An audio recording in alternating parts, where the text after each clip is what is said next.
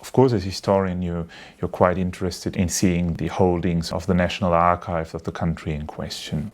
Some of these national archives have very engaged personnel and staff who try to improve things, often with very meager resources, and manage nevertheless to have a good standard, like in this case, for example.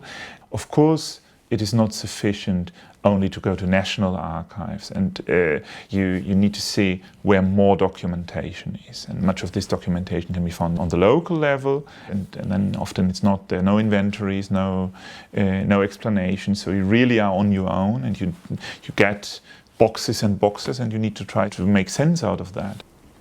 It's much more difficult as soon as you get into places where these documents have never been regarded as valuable for something. So there was a kind of notion you need to keep them, but you just put them somewhere. So this, of course, necessitates a kind of real projects together with local partners, sometimes with European or other donors, to rearrange these archives and to save what is possible to save.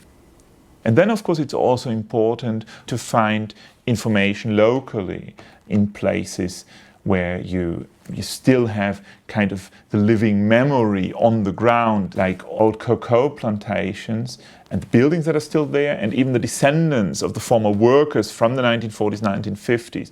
Some of them are even alive and they're still there, and then 80s, 90s can happen, or at least their descendants can sometimes be approached and asked about this kind of conditions they had in this particular period. And it's of course interesting when we get to questions like forced labor as an issue, even in later colonialism.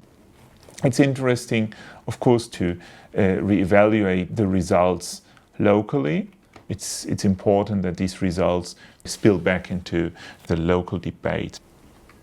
We have like tons of documentation that has never been touched by anyone, and it's very important in order to have a kind of useful and important history of these various countries of a long period and into the contemporary period.